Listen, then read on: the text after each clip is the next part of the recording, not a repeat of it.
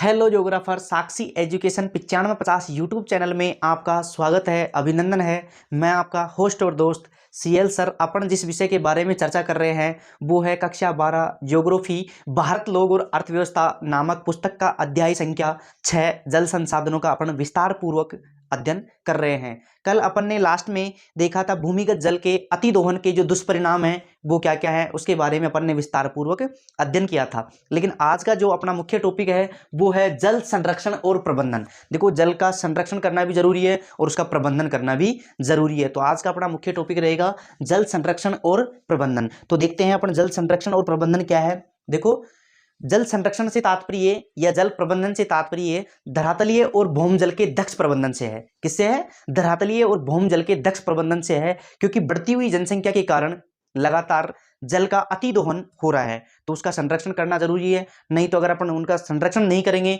तो आने वाली पीढ़ी के लिए जल संसाधन समाप्त हो जाएंगे। तो हेडिंग लगाइए जल संरक्षण और प्रबंधन। तो देखो, शुद्ध जल, शुद्ध जल मतलब जो पीने योग्य जल है उस जल की बात चल रही है। शुद्ध जल कौन सा जल? शुद्ध जल। शुद्ध जल की घटती हुई उपलब्धता, क्योंकि लगातार जनसंख्या बढ़ रही है और उसका अंधाधुंध प्रयोग कर रही है, इस वजह से शुद्ध जल की घटती हुई उपलब्धता, लगातार शुद्ध जल घटता हुआ जा रहा है ना। तो शुद्ध जल की घटती हुई उपलब्धता और बढ़ती मांग। अब मांग क्यों बढ़ रही है? क्योंकि लगातार जनसंख्या बढ़ रही है तो जल संसाधनों की मांग भी बढ़ेगी, क्योंकि लगातार उद्योग धंधों का विकास हो रहा है, लोग विनिर्माण कार्य कर रहे हैं, तो उसमें जल संसाधनों की अति आवश्यकता होती है। तो देखो, शुद्ध जल की घटती हुई उपलब्धता, क्योंकि लगातार उपलब्धता तो क्या हो रही है? घट रही है। और बढ़ती हुई मांग, और जनसंख्या बढ़ने से उसकी मांग भी बढ़ रही है। बढ़ती हुई मांग से सतत पोषणीय विकास के लिए, सतत पोषणीय विकास के लिए जल संरक्षण, सतत पोषणीय विकास के लिए क्या जरूरी है? जल संरक्षण और उसका प्रबंधन आवश्यकता है। जल के संरक्षण की और उसके प्रबंधन की आवश्यकता है। किसके लिए? सतत पोषणीय विकास के लिए। तो देखो, सतत पोषणीय विकास के बारे में अपन थोड़ा सा जान लेते हैं, क्योंकि इसके बारे में भी कई बार प्रश्न पूछा जाता है। तो सतत पोषणीय विकास क्या होता है? देखो, संसाधनों का इस प्रकार प्रयोग करना कि वर्तमान का भी काम हो जाए और भविष्य के लिए भी संसाधन बचे रहे, अर्थात आने वाली पीढ़ी के लिए भी संसाधन बचे रहे। यह है सतत पोषणीय विकास की अवधारणा। तो देखो, सतत पोषणीय विकास के लिए जल संरक्षण और प्रबंधन की आवश्यकता है, तो इसका संरक्षण और प्रबंधन करना जरूरी है। अब किस प्रकार अपन कर सकते हैं? जैसे जल संभर विकास कार्यक्रम, जल संभर विकास कार्यक्रम के द्वारा अपन जल का संरक्षण एवं प्रबंधन कर सकते हैं। इसके अलावा वर्षा जल संग्रहण, वर्षा जल संग्रहण के द्वारा भी अपन क्या कर सकते हैं? जल का संरक्षण कर सकते हैं। वर्षा जल संग्रहण कैसे करेंगे? टांकों के माध्यम से, कुंडों के माध्यम से इत्यादि के माध्यम से अपन टांके या कुंड के माध्यम से वर्षा जल को संग्रहण कर लेंगे। जल का संयुक्त उपयोग, जल का संयुक्त उपयोग करके, देखो, जल का संयुक्त उपयोग करके भी अपन जल का संरक्षण कर सकते हैं, उसका प्रबंधन कर सकते हैं। संयुक्त उपयोग करने का मतलब यह है कि जैसे अपन ने मान लीजिए अपने वाहनों को धोने के लिए अपन शुद्ध जल का प्रयोग कर लेते हैं, तो उसका प्रयोग न करना चाहिए। अशुद्ध जल का, जो पीने योग्य नहीं है, खारा जल है, उसका प्रयोग करना चाहिए। और जो संसाधनों को धो रहे हैं उसमें से जो निकलने वाला पानी है, उस पानी को अपन बागवानी के रूप में काम ले सकते हैं। मतलब एक ही जल को 2 या 3 बार प्रयोग में लेना, है ना। तो ये होता है अपना जल का संयुक्त प्रयोग, जल का संयुक्त प्रयोग। इसके अलावा देखो, जल का पुनः चक्रण, जल का पुनः चक्रण व पुनः उपयोग। देखो, जल का बार बार उपयोग करना चाहिए, है ना। बार बार एक ही जल का 2-3 कार्यों में अपन यूज में ले सकते हैं। तो जल का पुनः चक्रण एवं पुनः प्रयोग के द्वारा अपन जल संरक्षण एवं प्रबंधन की आवश्यकता को पूरी कर सकते हैं। तो वर्षा जल संग्रहण की जो विधियां हो गई, जल संभर विकास कार्यक्रम, वर्षा जल संग्रहण, जल का संयुक्त प्रयोग, जल का पुनः चक्रण व पुनः उपयोग आदि कार्यक्रमों को अपनाकर लंबे समय तक जल का अपन संरक्षण कर सकते हैं। आदि गतिविधियों को अपनाकर अपन लंबे समय तक जल का संरक्षण कर सकते हैं, क्योंकि आने वाली पीढ़ी के लिए भी सतत पोषणीय अवधारणा ये कहती है कि वर्तमान में भी संसाधनों का इस प्रकार प्रयोग करो कि वर्तमान का भी काम हो जाए और भविष्य के लिए भी संसाधन बचे रहें। तो सतत पोषणीयता की भावना को निभाने के लिए जल का संरक्षण एवं प्रबंधन करना अति आवश्यक है। एक बार आप इसका स्क्रीनशॉट लीजिए, फिर अपन आगे चलते हैं। संभवतः आपने स्क्रीनशॉट ले लिया होगा। तो नेक्स्ट अपन जिस बिंदु के बारे में अध्ययन करेंगे वो है जल का पुनः चक्र और पुनः उपयोग। हेडिंग लगाइए जल का पुनः चक्र और पुनः उपयोग।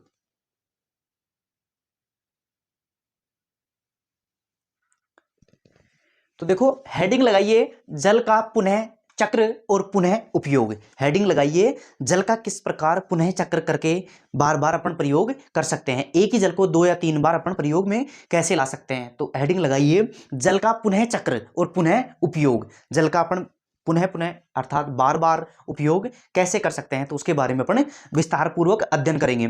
तो देखिए, जल के पुनः चक्रण और पुनः उपयोग के द्वारा, देखो जल के पुनः चक्रण, जल के पुनः चक्रण और पुनः उपयोग के द्वारा अलवणीय जल, कौन सा जल, अलवणीय जल की उपलब्धता को सुधारा जा सकता है। अलवणीय जल की उपलब्धता को सुधारा जा सकता है बार बार प्रयोग करके। अपन जो शुद्ध जल है, अलवणीय जल का मतलब क्या है, शुद्ध जल है, उसकी मात्रा को बढ़ाया जा सकता है ना। तो पहला क्या हो गया, जल के पुनः चक्रण और पुनः उपयोग के कारण अपन क्या कर सकते हैं, अलवणीय जल की उपलब्धता को सुधारा जा सकता है, अर्थात शुद्ध जल है, अर्थात पीने योग्य जल को बढ़ाया जा सकता है। दूसरा देखिए, कम गुणवत्ता के जल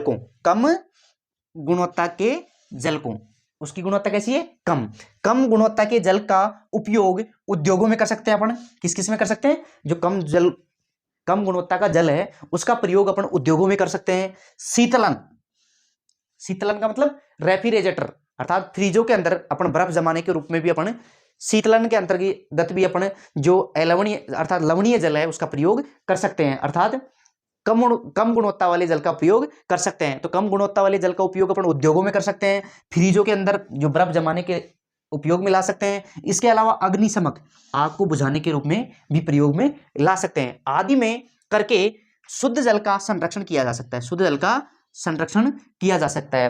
कहने का मतलब यह है कि यह जरूरी नहीं है कि आग बुझाने के लिए शुद्ध जल ही हो, पीने योग्य जल का ही अपन प्रयोग करें, क्योंकि खारा जल भी आग बुझाने में सहायक है। खारे जल से भी अपन आग बुझा सकते हैं। उद्योगों में भी अपन खारा जल या कम गुणवत्ता वाला जल प्रयोग में ले सकते हैं, है ना। अग्निशमकों में भी ले सकते हैं। शीतलन अर्थात बर्फ को जमाने में भी अपन कम गुणवत्ता वाले जल को प्रयोग में ले सकते हैं, ताकि जो शुद्ध जल है, पीने योग्य जल है, उसका संरक्षण किया जा सके।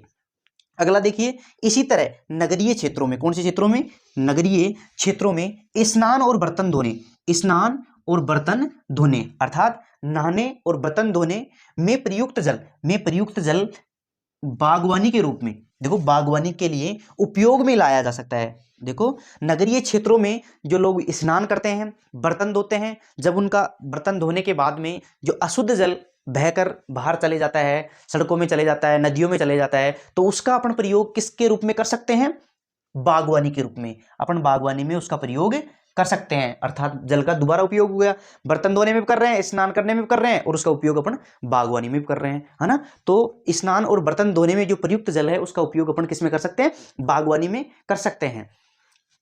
देखो इसके अलावा वाहनों को धोने, देखो वाहनों को धोने अर्थात अपने पास जो भी उपलब्ध परिवहन है उसको धोने में प्रयुक्त जल का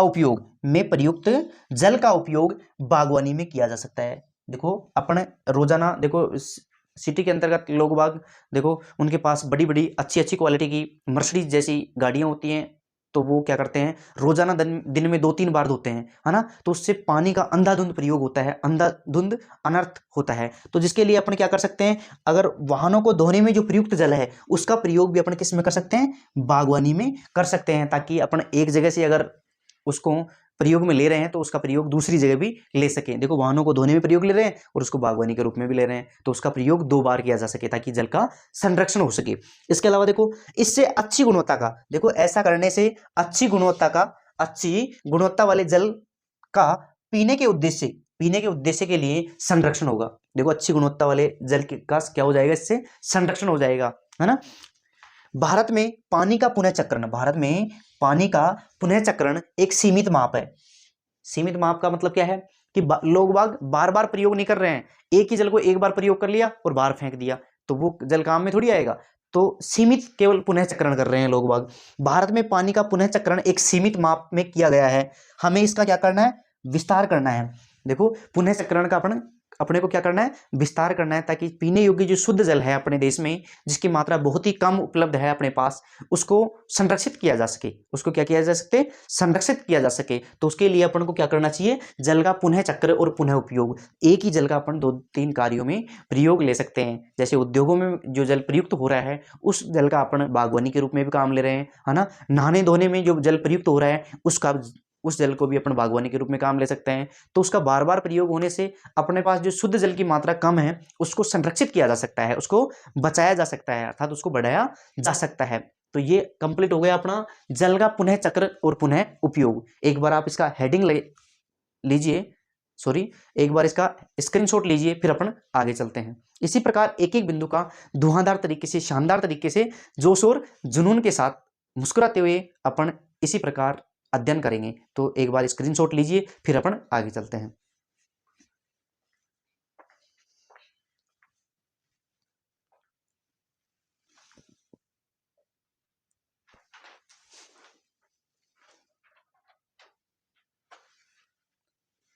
संभवतः आपने स्क्रीनशॉट ले लिया होगा, तो हेडिंग लगाइए संभावित जल समस्याएं। देखो संभावित जल से संबंधित समस्याएं क्या क्या हैं, तो हेडिंग लगाइए संभावित जल समस्याएं, संभावित जल समस्याएं।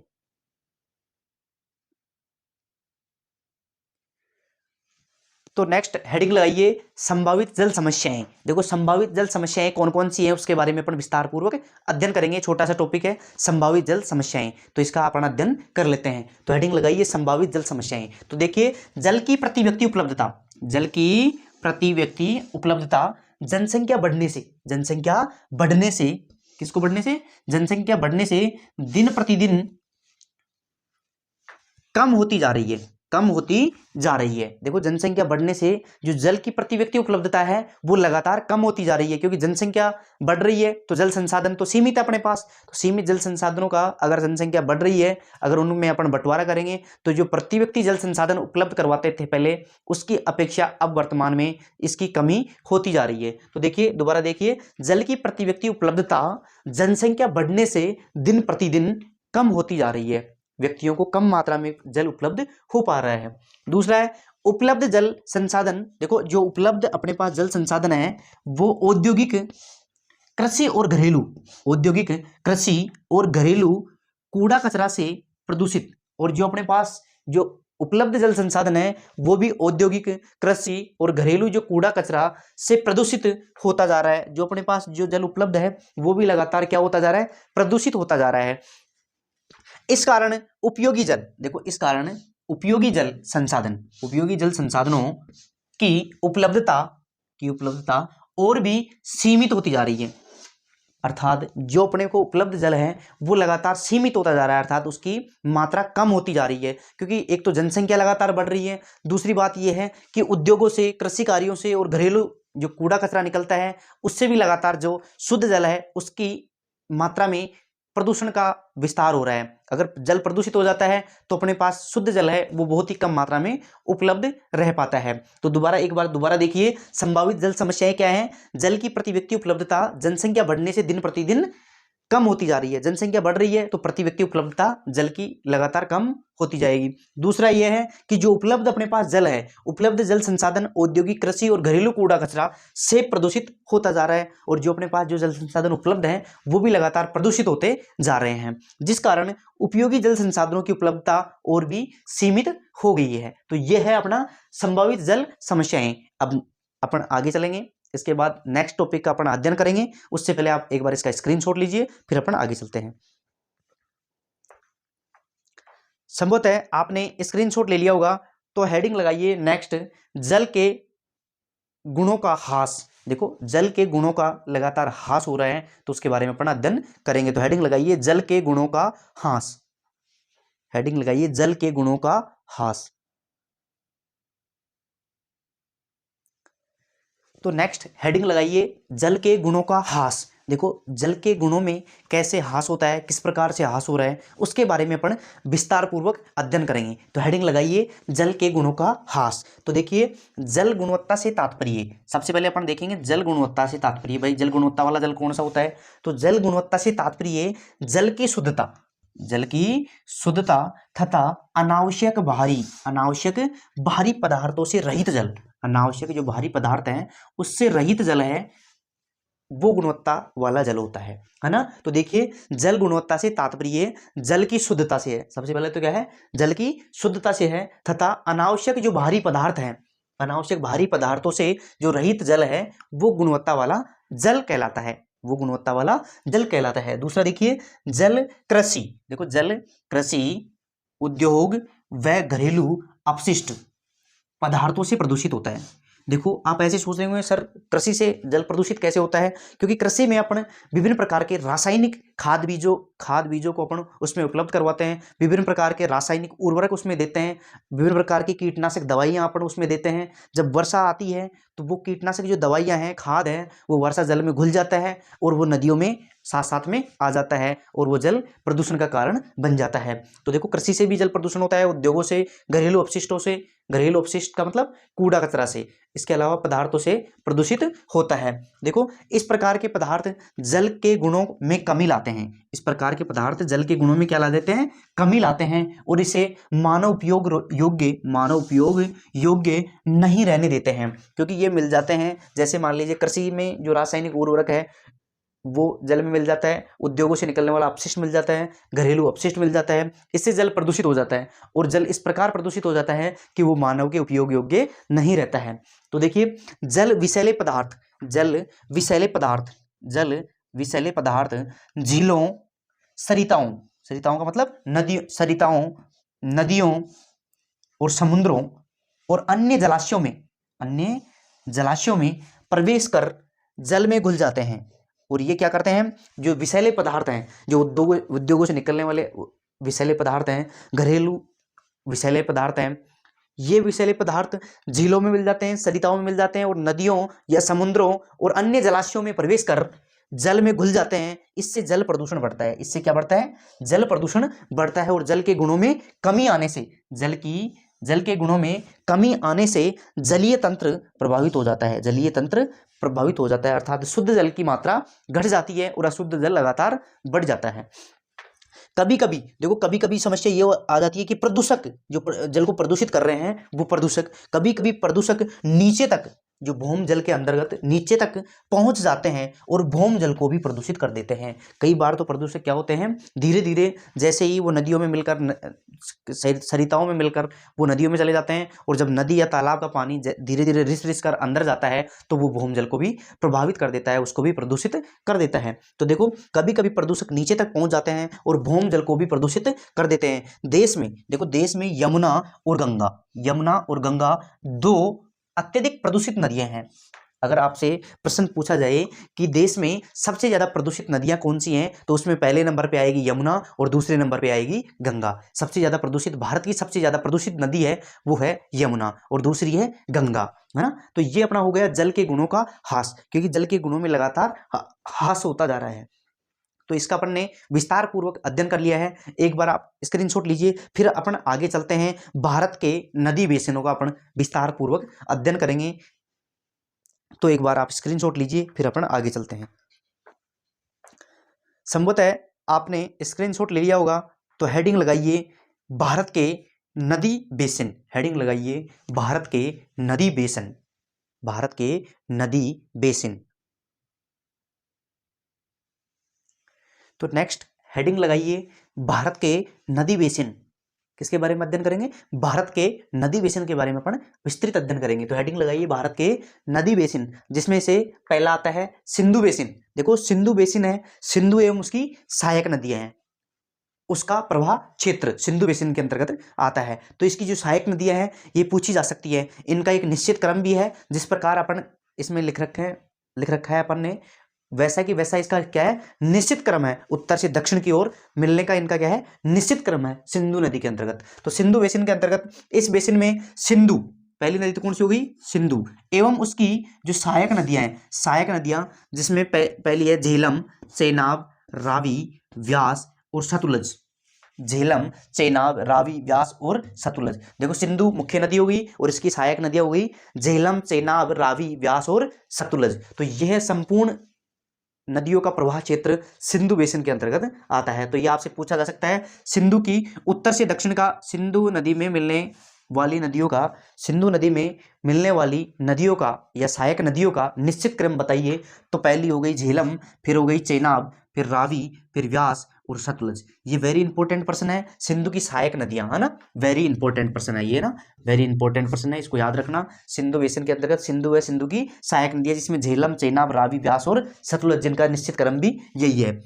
आदि सम्मिलित है। प्रमुख क्षेत्र इसमें आ जाएगा जम्मू कश्मीर, कौन सा कश्मीर, जम्मू कश्मीर, व लद्दाख का क्षेत्र कुछ, पंजाब, हरियाणा व हिमाचल प्रदेश व उत्तराखंड आदि सिंधु बेसिन के अंतर्गत आने वाले प्रमुख क्षेत्र हैं। दूसरा प्रमुख जो बेसिन है वो है पश्चिमी घाट की नदियां। देखो पश्चिमी घाट की नदियां जिसमें देखो साबरमती, जिसमें कौन सी मती, साबरमती, माही, नर्मदा और ताप्ती, ये प्रमुख पश्चिमी घाट की नदियां हैं। अब ये नदियां वर्षा जल की अधिकता, देखो यहाँ पर वर्षा अधिक होती है, इन नदियों में सर्वाधिक पानी कहाँ से उपलब्ध होता है, वर्षा के माध्यम से। तो वर्षा जल की अधिकता, पश्चिमी घाट की जो नदियां हैं वहां पर वर्षा जल की अधिकता है। अब वर्षा कौन से मानसून के द्वारा सर्वाधिक हो रही है इस पश्चिमी घाट पर, तो दक्षिण पश्चिम मानसून के द्वारा। कौन से मानसून के द्वारा, जो दक्षिण पश्चिम मानसून से अधिक वर्षा, देखो सबसे ज्यादा वर्षा होती है जो पश्चिमी घाट पर, वो होती है दक्षिण पश्चिम मानसून से। कौन से मानसून से, दक्षिण पश्चिम मानसून से। नर्मदा व ताप्ती, देखो ये वेरी इंपॉर्टेंट नोट है, नर्मदा व ताप्ती नदियां भ्रंश घाटियों में बहती हैं। इनमें से जो नर्मदा, देखो साबरमती, माही, नर्मदा और ताप्ती जो पश्चिमी घाट की नदियां हैं, इसमें से जो नर्मदा और ताप्ती नदियां हैं, नर्मदा और ताप्ती नदी भ्रंश घाटियों में बहती हैं। तो ये इंपॉर्टेंट पॉइंट है कि वह कौन सी नदियां हैं, पश्चिमी घाट की कौन सी नदियां हैं जो भ्रंश घाटियों के अंतर्गत बहती हैं, तो वो है नर्मदा व ताप्ती। नर्मदा व ताप्ती मात्र दो नदियां ऐसी हैं पश्चिमी घाट की जो भ्रंश घाटियों से प्रवाहित होती हैं, तो ये अपने को ध्यान रखना है। तीसरा जो अपवाह तंत्र है वो है प्रवाह तंत्र, प्रायद्वीपीय पठार की नदियां, प्रायद्वीपीय पठार की नदियां। तो देखो स्वर्ण रेखा नदी हो गई, प्रायद्वीपीय पठार की नदी। इसके अलावा ब्राह्मणी, महानदी, गोदावरी, कृष्णा, कावेरी, पेन्नार आदि नदियां प्रायद्वीपीय पठार की प्रमुख नदियां हैं। तो प्रश्न आएगा निम्न में से प्रायद्वीपीय पठार की नदी नहीं है, तो इनमें से तीन इनमें से आ जाएगा, एक इनमें से आ जाएगा, कोई सा भी और दे देगा, है ना। तो ऐसे प्रश्न बनता है ना।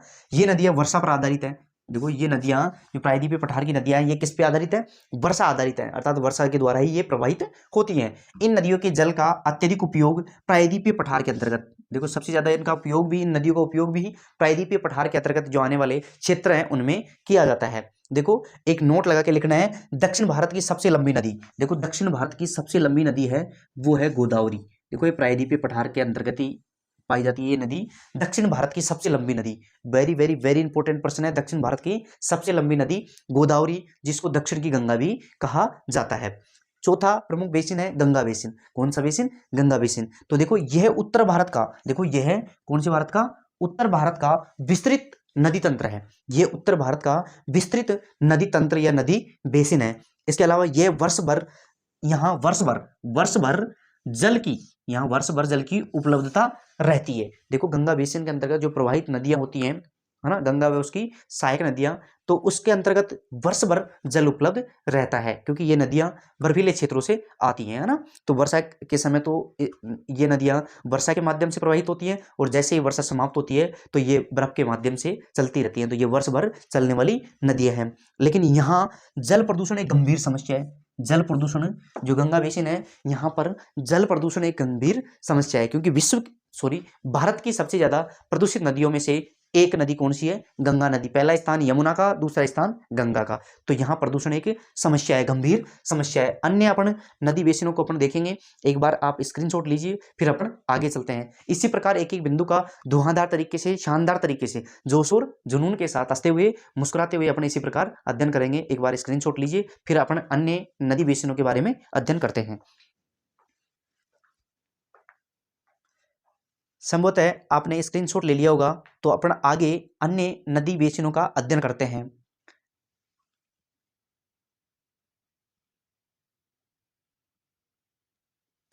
नेक्स्ट जो अपना नदी बेसिन है वो है ब्रह्मपुत्र बेसिन।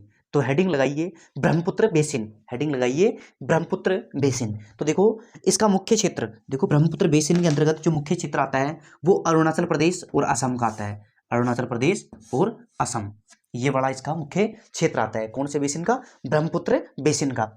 यहाँ पर मांजुली द्वीप स्थित है। देखो ब्रह्मपुत्र बेसिन के अंतर्गत कौन सा द्वीप स्थित है, मांजुली द्वीप स्थित है, मांजुली द्वीप स्थित है जो विश्व का सबसे बड़ा नदी द्वीप है, जो विश्व का सबसे बड़ा नदी द्वीप कौन सा है? मांजुली द्वीप, जो कौन से बेसिन में स्थित है? ब्रह्मपुत्र बेसिन में स्थित है। देखो यह क्षेत्र जो ब्रह्मपुत्र बेसिन क्षेत्र है, ये अत्यधिक बाढ़ग्रस्त क्षेत्र है, अत्यधिक सर्वाधिक यहाँ पर बाढ़ बाढ़ आती है ना, और यह अत्यधिक वर्षा वाला क्षेत्र है। अत्यधिक वर्षा वाला क्षेत्र भी देखो ब्रह्मपुत्र बेसिन है, और अत्यधिक बाढ़ग्रस्त क्षेत्र भी ब्रह्मपुत्र बेसिन है। आपसे पूछा जा सकता है कि विश्व का सबसे बड़ा नदी द्वीप कौन सा है? तो मांजुली द्वीप है, जो कौन से बेसिन में स्थित है? ब्रह्मपुत्र बेसिन में स्थित है। ये अपने प्रमुख भारत के नदी बेसिन हो गए। इसके बाद हेडिंग लगाइए जल संसाधन। किसके बारे में चर्चा करेंगे? जल संसाधनों के बारे में।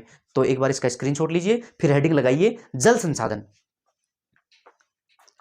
संभवतः आपने स्क्रीनशॉट ले लिया होगा, तो नेक्स्ट हेडिंग लगाइए जल संसाधन। कौन से संसाधन? जल संसाधन।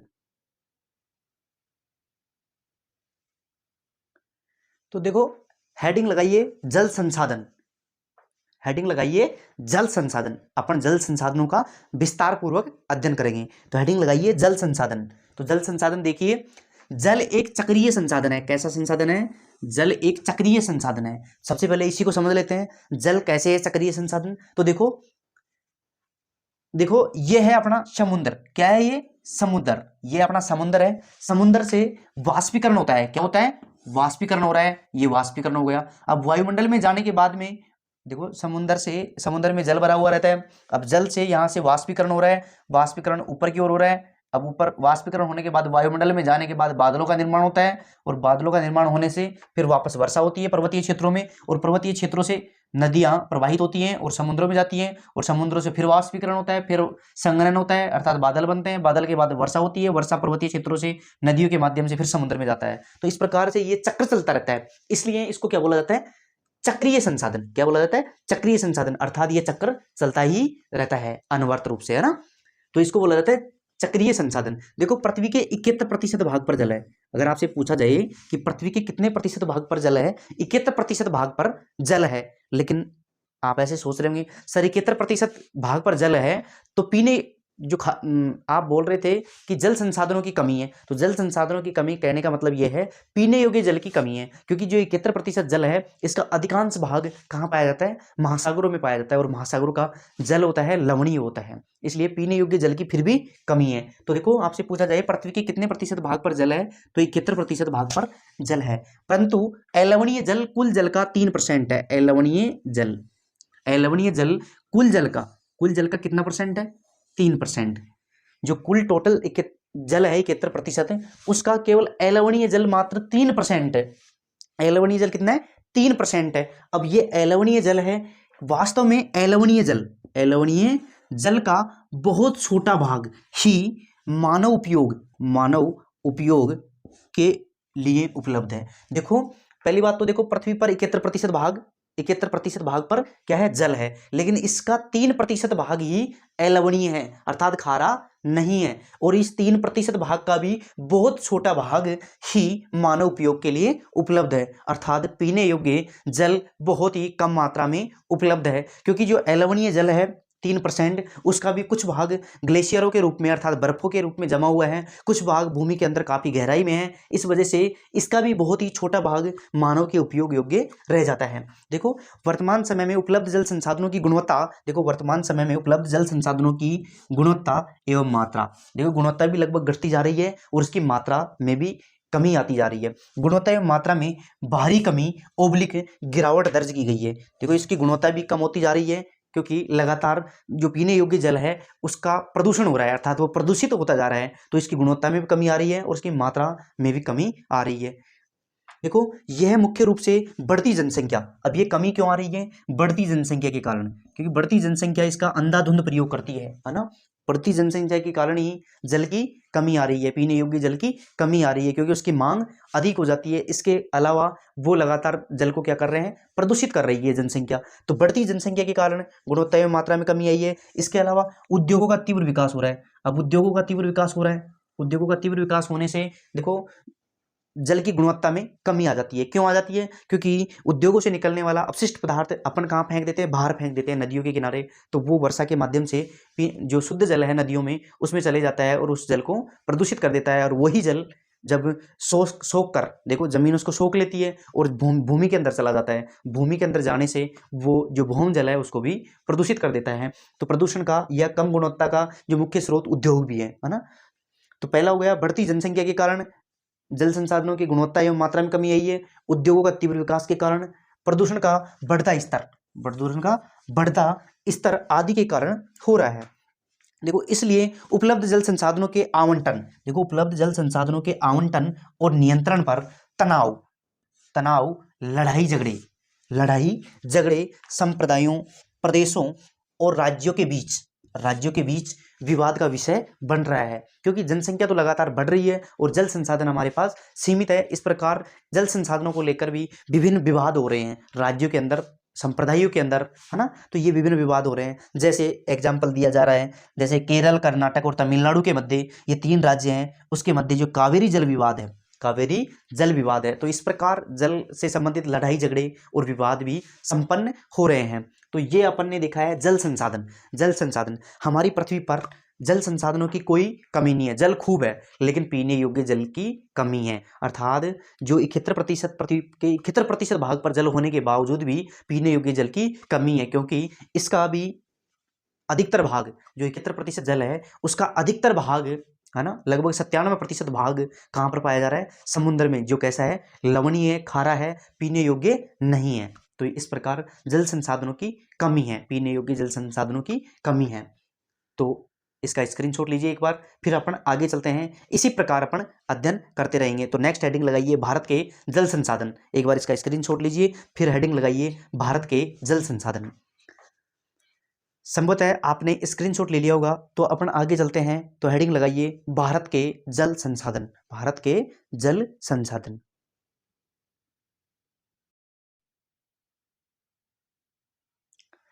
तो नेक्स्ट हेडिंग लगाइए भारत के जल संसाधन।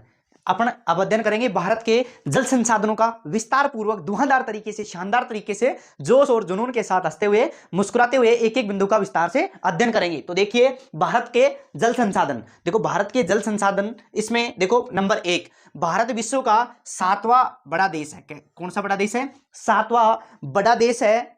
पहले नंबर पर रूस आता है और 7वें नंबर पर भारत आता है। तो भारत का किसकी दृष्टि से? क्षेत्रफल की दृष्टि से भारत विश्व का 7वें स्थान पर आने वाला प्रमुख देश है। दूसरा देखिए, इसके पास विश्व का 2.4% भूभाग है। 2.4% क्या है? भूभाग। विश्व का जो टोटल भूभाग है उसका 2.4% अकेला भारत के पास है, और क्षेत्रफल की दृष्टि से इसका कौन सा स्थान है? 7वां स्थान है। देखो भारत में विश्व की दूसरी बड़ी जनसंख्या है, अर्थात चीन के बाद भारत का विश्व में कौन सा स्थान है? दूसरा स्थान है। भारत में विश्व की दूसरी बड़ी जनसंख्या है। ये विश्व की जनसंख्या का 16%। देखो इसके पास विश्व का जो क्षेत्रफल है वो तो 2.4% भूभाग है, और जो विश्व की जनसंख्या का 16% जनसंख्या अकेले भारत के पास है ना। और चीन के बाद इसका जनसंख्या की दृष्टि से विश्व में दूसरा स्थान है। कौन सा स्थान है? दूसरा स्थान है।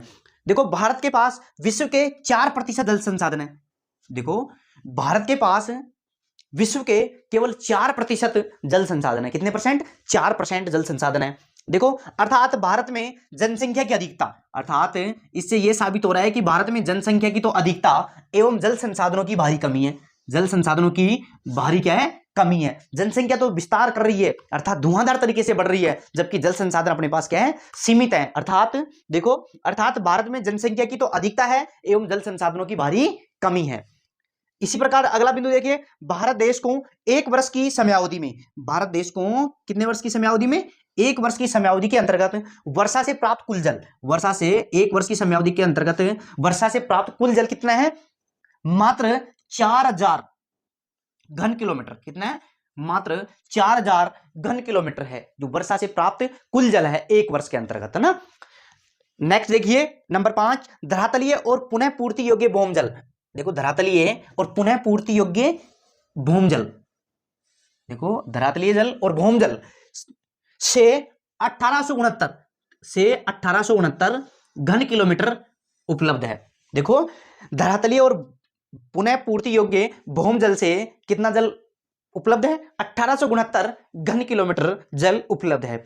देखो नेक्स्ट देखिए, इसमें से देश में कुल उपयोगी जल, इसमें से भी देश में कुल उपयोगी जल संसाधन 1122, जो अपने पास 1869 भूमजल और धरातलीय जल 1869 घन किलोमीटर है, उसका भी 1122 घन किलोमीटर, उसमें से भी 1122 घन किलोमीटर ही उपयोगी जल है। उसमें से भी 1122 जो घन किलोमीटर जल है वो ही कुल उपयोगी जल है। अर्थात धरातलीय अथवा सतही उपयोगी जल, अर्थात धरातलीय अथवा सतही जल उपयोगी जल की मात्रा 690 घन किलोमीटर, 690 घन किलोमीटर, और भौम जल के रूप में उपयोगी जल की मात्रा, और भौम जल के रूप में उपयोगी जल की मात्रा 432 घन किलोमीटर है।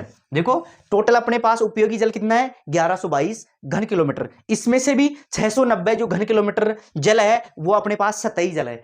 कौन सा जल है? सतही जल है। जबकि 432 घन किलोमीटर जल है वो अपने पास उपयोगी जल है। कौन सा?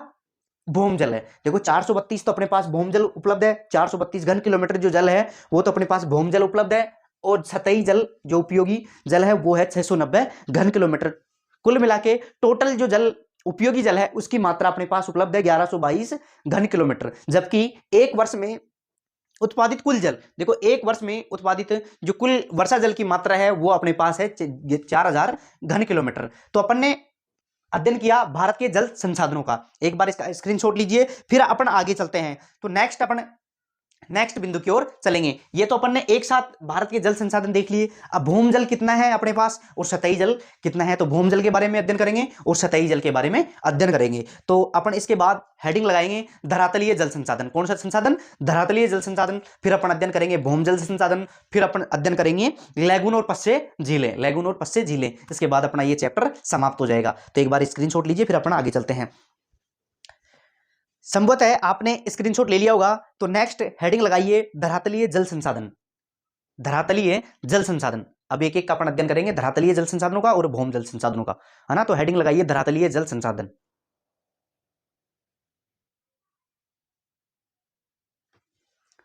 तो नेक्स्ट हेडिंग लगाइए धरातलीय जल संसाधन। देखो अपन ने भारत के जल संसाधन देखे, उसमें से धरातलीय जल कितना है और भूम जल कितना है उसका अलग अलग विस्तारित अध्ययन करेंगे। तो हेडिंग लगाइए धरातलीय जल संसाधन। कौन सा जल संसाधन? धरातलीय जल संसाधन, जो धरातल के रूप में उपलब्ध है, धरातल पर उपलब्ध है। तो धरातलीय जल संसाधनों का अपन विस्तृत अध्ययन करते हैं। धरातलीय जल मुख्य रूप से या तो नदियों में मिलेगा, या तालाब झीलों में मिलेगा, या तालाबों में मिलेगा, या फिर तलैया आदि के रूप में उपलब्ध रहता है। देखो जो धरातलीय जल है वो अपने को या तो नदियों के रूप में, या झीलों के रूप में, तालाबों के रूप में, तलैया आदि के रूप में उपलब्ध रहता है। देखो देश में कुल नदियों तथा उन सहायक नदियां, देश में कुल नदियों तथा उन सहायक नदियों को सम्मिलित किया गया है, उन सहायक नदियों जिनकी लंबाई 1.6 किलोमीटर है, 1.6 किलोमीटर से अधिक है, 6 किलोमीटर से अधिक है। कुल मिलाकर 10,360 नदियां हैं, कुल मिलाकर 10,360 नदियां हैं। इसमें देखो मुख्य नदियां आ गई, और जिन नदियों की लंबाई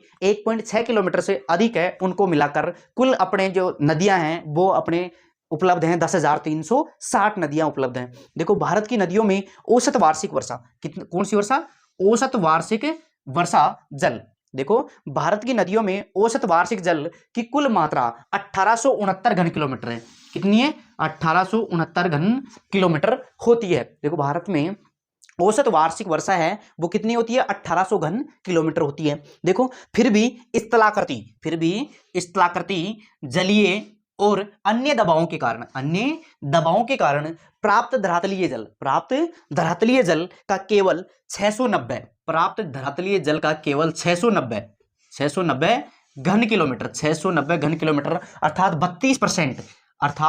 32% जल का ही उपयोग किया जा सकता है। देखो किस के कारण? स्थलाकृति के कारण, जलीय और अन्य दबावों के कारण, स्थलाकृति जलीय और अन्य दबावों के कारण केवल कुल जल का जो वार्षिक जल अपने पास 1869 घन किलोमीटर उपलब्ध है उसका केवल धरातलीय जल के रूप में 690 घन किलोमीटर अर्थात 32% ही उपयोग में लिया जाता है। कितना परसेंट उपयोग में लिया जाता है? 32% ही उपयोग में लिया जाता है। तो ये अपना कंप्लीट हो गया धरातलीय जल संसाधन। अब अपन नेक्स्ट बिंदु की ओर चलेंगे, वो है भूम जल संसाधन। तो एक बार इसका स्क्रीनशॉट लीजिए, फिर अपन चलेंगे भूम जल संसाधन।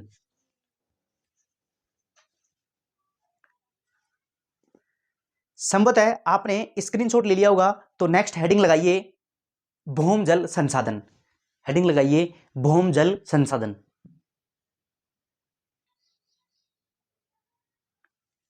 तो नेक्स्ट हेडिंग लगाइए भूम जल संसाधन। नेक्स्ट हेडिंग लगाइए भूम जल संसाधन। अपन ने धरातलीय जल का विस्तार पूर्वक अध्ययन कर लिया, अब अपन अध्ययन करेंगे भूम जल संसाधनों का। तो देखो भूम जल संसाधन, कौन सा जल संसाधन? भूम जल संसाधन, जो धरती में गहराई में पाया जाता है। तो देखो देश में कुल भूम जल संसाधन 432 कितना घन किलोमीटर है? 432 घन किलोमीटर है। तो ये आपसे पूछा जा सकता है कि देश में कुल भूम जल संसाधन कितना घन किलोमीटर है? तो 432 घन किलोमीटर है। कौन सा जल संसाधन? भूम जल संसाधन। पंजाब हरियाणा, देखो ये इंपॉर्टेंट है, पंजाब हरियाणा राजस्थान और तमिलनाडु, पंजाब हरियाणा राजस्थान और तमिलनाडु जैसे राज्यों में भूम जल का उपयोग अधिक होता है। देखो आपसे पूछा जा सकता है कि वह कौन से राज्य हैं जिसके अंतर्गत भूम जल संसाधनों का सर्वाधिक उपयोग होता है। तो उसमें कौन कौन से राज्य आएंगे? पंजाब हो गया, हरियाणा हो गया, राजस्थान हो गया और तमिलनाडु, जहां पर भूम जल संसाधनों का अत्यधिक उपयोग किया जाता है। दूसरी ओर देखिए छत्तीसगढ़, ओडिशा, केरल जैसे राज्यों में, छत्तीसगढ़, ओडिशा, केरल जैसे राज्यों में भूम जल संसाधनों का उपयोग कैसा होता है? न्यूनतम होता है। एक और तो अधिकतम और एक दूसरी ओर न्यूनतम भूम जल संसाधनों का उपयोग होता है। तो यह भी आपसे पूछा जा सकता है कि न्यूनतम भूम जल संसाधनों का उपयोग कौन से राज्यों में किया जाता है। तो अपन लिखेंगे छत्तीसगढ़, ओडिशा और केरल राज्यों में भूम जल संसाधनों का बहुत ही कम उपयोग किया जाता है। इसके अलावा देखो गुजरात, कौन सी राज्य? गुजरात, उत्तर प्रदेश, कौन सा प्रदेश? उत्तर प्रदेश, बिहार, त्रिपुरा और महाराष्ट्र भूम जल संसाधनों का मध्यम स्तर से, ना तो ज्यादा और ना ही कम, मध्यम दर से उपयोग करते हैं। तो आपसे पूछा जा सकता है भूम जल संसाधनों का किन राज्यों में मध्यम दर से उपयोग किया जाता है। तो अपन लिखेंगे उसके अंतर्गत गुजरात, उत्तर प्रदेश, बिहार, त्रिपुरा और महाराष्ट्र, जिसमें मध्यम दर से प्रयोग किया जाता है भूम जल संसाधनों का। यदि इसी प्रकार इन राज्यों के द्वारा अंधाधुंध जल संसाधनों का प्रयोग होता रहा, तो यदि इसी प्रकार जल संसाधनों का उपयोग होता रहा तो जल की विकट समस्या हो जाएगी। जल की क्या हो जाएगी? विकट समस्या हो जाएगी। जल की विकट समस्या हो जाएगी। तो इसी प्रकार अगर जल संसाधनों का, भूम जल संसाधनों का धुआंधार तरीके से, शानदार तरीके से अगर इसी प्रकार उनका प्रयोग होता रहा तो एक दिन जल की विकट समस्या हो जाएगी। तो अपने को विकट समस्या पैदा नहीं करनी है, अपने को जल संसाधनों का संरक्षण करना है, चाहे वो धरातलीय जल हो चाहे वो भूम जल हो। तो ये अपना कंप्लीट हो गया भूम जल संसाधन। अब अपना एक और लास्ट बिंदु रह जाता है, वो है अपना लैगून और पश्चिम झील। देखो लैगून झीलें या पश्चिम झीलें किसे कहा जाता है, इसके बारे में भी कई बार प्रश्न पूछा जाता है। तो इस चैप्टर का जल संसाधन चैप्टर अध्याय 6 जल संसाधन चैप्टर का अंतिम और लास्ट जो बिंदु रह जाता है वो है लैगून और पश्चिम झीलें। तो एक बार इसका स्क्रीनशॉट लीजिए, फिर अपन समझेंगे लैगून और पश्चिम झीलों के बारे में।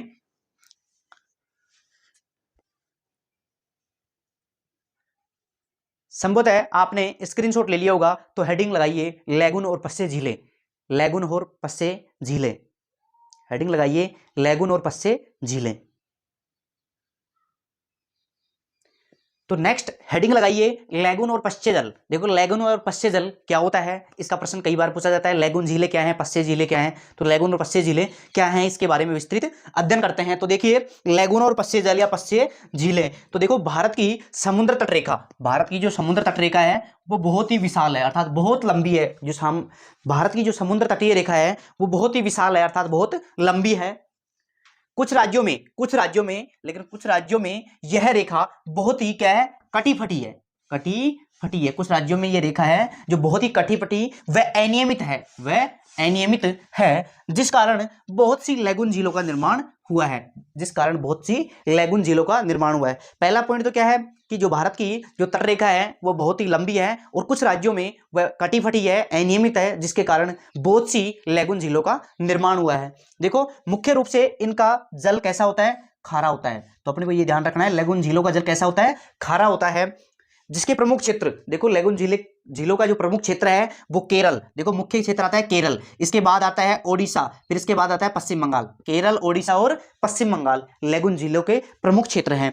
देखो लैगून झीलों का उपयोग मुख्य रूप से, अब लैगून झीलों का उपयोग किस काम में लिया जाता है? अगर वो जल खारा है, पीने के योग्य नहीं है, तो उसका काम भी यूज भी तो होगा। तो अपन देखते हैं उसका उपयोग, है ना। लैगून झीलों या पश्चिम झीलों का मुख्य रूप से उपयोग मछली पालन, मछली पालने में किया जाता है। एक तो मछली पालन, और चावल की कुछ किस्में ऐसी हैं जिनका उपयोग भी किया जा सकता है, जिसमें भी उपयोग किया जा सकता है। तो चावल की कुछ किस्मों का उत्पादन एवं नारियल आदि की सिंचाई में किया जाता है, नारियल आदि की सिंचाई में इसका प्रयोग किया जाता है। तो एक बार दोबारा देखिए, लैगून और पश्चिमी जल भारत की समुद्र तट रेखा बहुत ही लंबी एवं विशाल है। कुछ राज्यों में यह रेखा बहुत ही कटी-फटी व अनियमित है, जिस कारण बहुत सी लैगून झीलों या पश्चिमी झीलों का निर्माण हुआ है। मुख्य रूप से इनका जल कैसा होता है? खारा होता है। लैगून झीलों या पश्चिमी झीलों का जल कैसा होता है? खारा होता है मुख्य रूप से। प्रमुख क्षेत्र जिसमें केरल, उड़ीसा और पश्चिम बंगाल है ना। लैगून झीलों का उपयोग मुख्य रूप से मछली पालन में किया जाता है, चावल की कुछ किस्मों के उत्पादन में किया जाता है एवं नारियल की खेती आदि में इसका उपयोग किया जाता है। तो ये अपना कंप्लीट हो गया लैगून और पश्चिमी झील संसाधन, ये लैगून और पश्चिमी जल संसाधन। तो अपना इसी के साथ अपना अध्याय 6 जल संसाधन समाप्त होता है। अध्याय 7 की ओर अपन नेक्स्ट क्लास में अध्ययन करेंगे खनिज तथा ऊर्जा संसाधनों का, खनिज तथा ऊर्जा संसाधनों का नेक्स्ट क्लास में अध्याय नंबर 7 का अपन विस्तृत अध्ययन करेंगे। इसी के साथ अगर आपको क्लास पसंद आई है तो लाइक करना, सब्सक्राइब करना और लोगों के पास शेयर करना, और प्यारा सा कमेंट बॉक्स में कमेंट लिखना कि आपको क्लास कितनी पसंद आई है। इसी के साथ अपन क्लास का समापन करते हैं। जय हिंद, जय भारत।